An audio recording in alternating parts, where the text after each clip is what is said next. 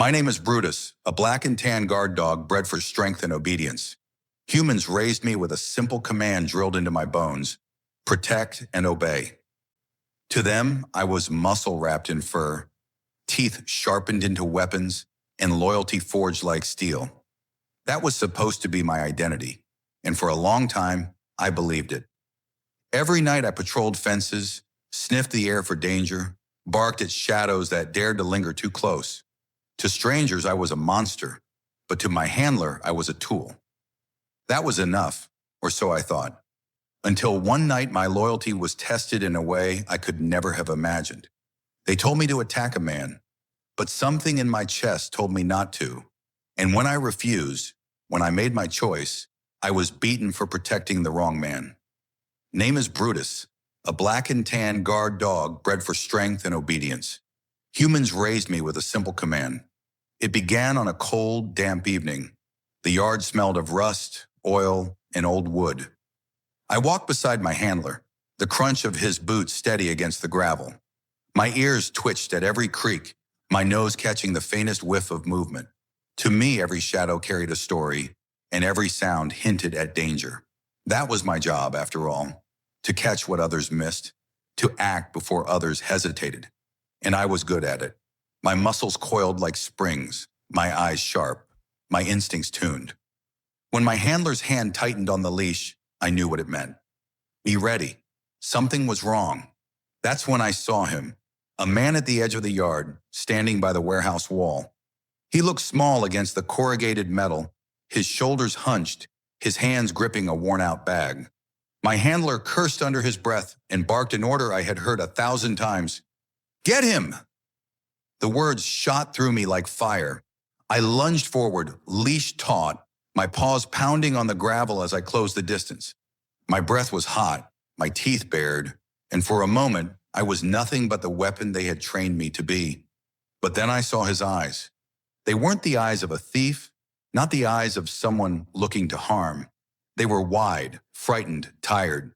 His lips trembled as he stammered words my handler didn't hear. His hands were raised, palms open, bag hanging by his side like it weighed more than his body could carry. He didn't run. He didn't fight. He just stood there, frozen, like a man caught between fear and shame.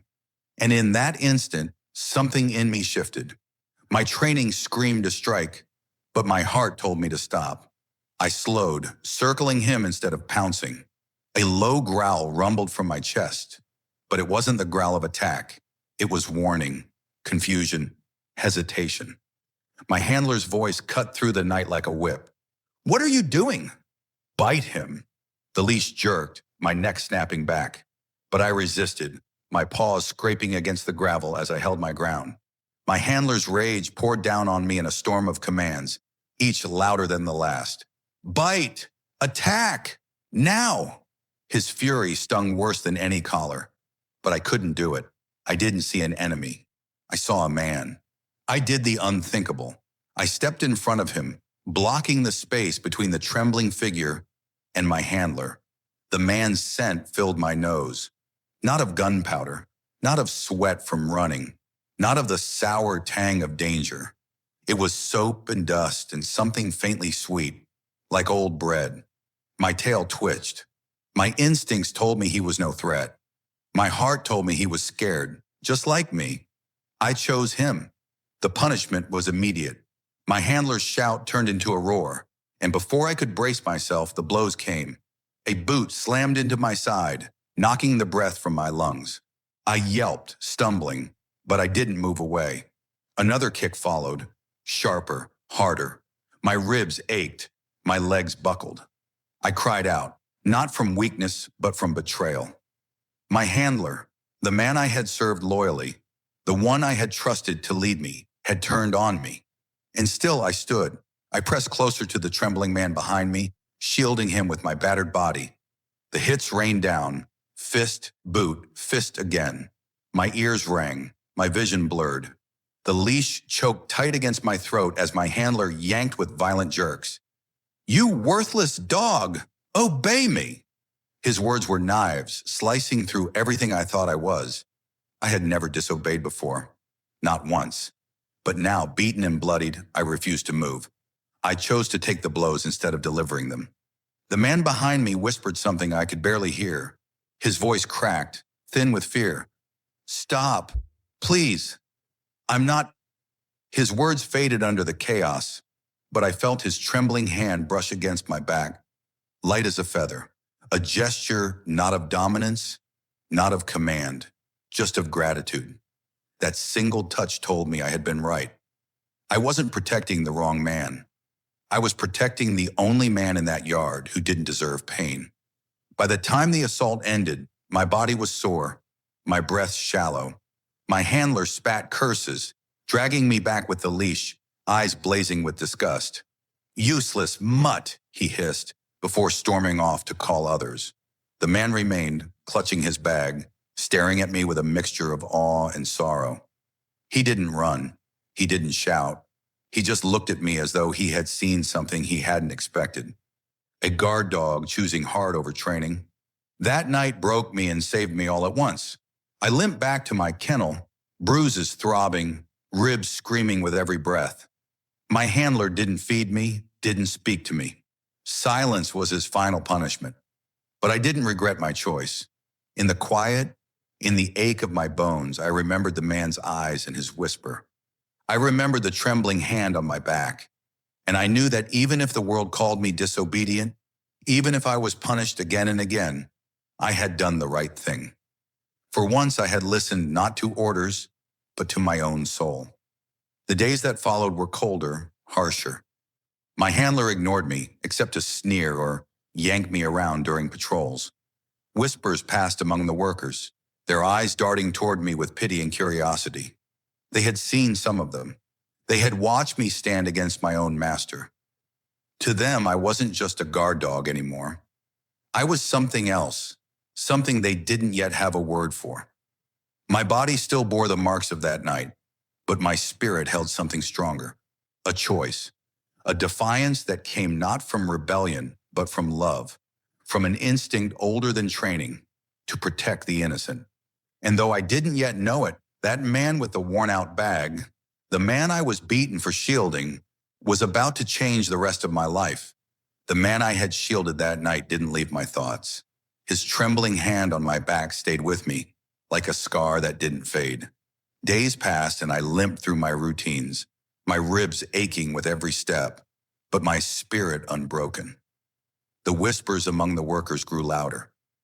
They had seen what happened. They had watched me defy an order, not out of disobedience, but out of something greater. I didn't know his name then, only his eyes. But I knew fate wasn't finished with us. One evening, when the sky bled into a dusky orange, I saw him again. The man. He approached carefully, not like a thief, not like someone with anything to hide. He carried the same worn bag, but this time he held it lower, as though showing he meant no harm. My handler barked at him, demanding answers, but I caught the faint words spilling from his lips. "I'm the night watchman. I was hired last week. I didn't know where to report." His voice trembled, but it was steady enough to carry truth. My handler scoffed, called him a liar, but I knew better. My nose had told me the truth that night. This man was no enemy. The other workers began to speak up. "I saw him too," one said. "He had his lunch with him. He wasn't stealing." Another added, "He's new. I remember his name on the list." Bit by bit, the truth spread through the crowd. My handler's authority began to crack, his fury turning into silence. He couldn't deny what everyone had seen. His dog, his loyal weapon, had chosen correctly when he had not. That man finally introduced himself to me. He knelt despite the tension around him and whispered, "Samuel." His hand hovered, uncertain, before brushing the fur along my back where the bruises hid beneath. His touch was gentle, careful not to press too hard. For the first time in days, I let out a soft rumble. Not a growl, not a bark, but a sigh. Relief, recognition. My handler yanked at my leash, but I pressed closer to Samuel, ignoring the sting in my ribs. In that moment, the bond was sealed. But things did not change overnight. My handler remained in charge, bitter and cold, dragging me through the motions of duty, To him, I was ruined, a broken tool. He muttered words like untrainable and soft, each one slicing deeper than the kicks he had delivered. Yet whenever Samuel was near, I stood taller. My tail flicked, my ears perked. The workers noticed. They said I had found the man I was meant to guard, and slowly their voices drowned out my handlers. The turning point came a week later. A commotion erupted near the gate.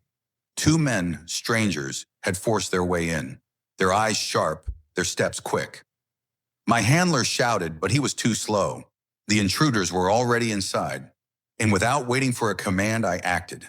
My muscles surged, my paws hit the ground like thunder, and I tore across the yard with a speed that surprised even me. But I didn't strike blindly. I went for the one reaching into his coat, jaws locking onto his arm before he could pull free what he hid.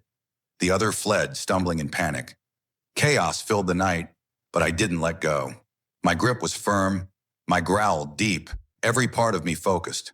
When the man finally dropped his weapon, workers rushed in to help. It was over in minutes. Cheers erupted. Relief spread through the yard. But in the midst of the noise, I looked back, and there was Samuel standing frozen, eyes wide. He had seen it all. And when my handler came rushing over, shouting commands I had long stopped hearing, Samuel stepped forward. "Enough," he said. His voice was firm now. No tremor, no hesitation. "This dog doesn't listen to you anymore." My handler glared, ready to argue, but the workers supported Samuel. They had witnessed everything. The beating, the loyalty, the attack on the intruders. The truth was undeniable.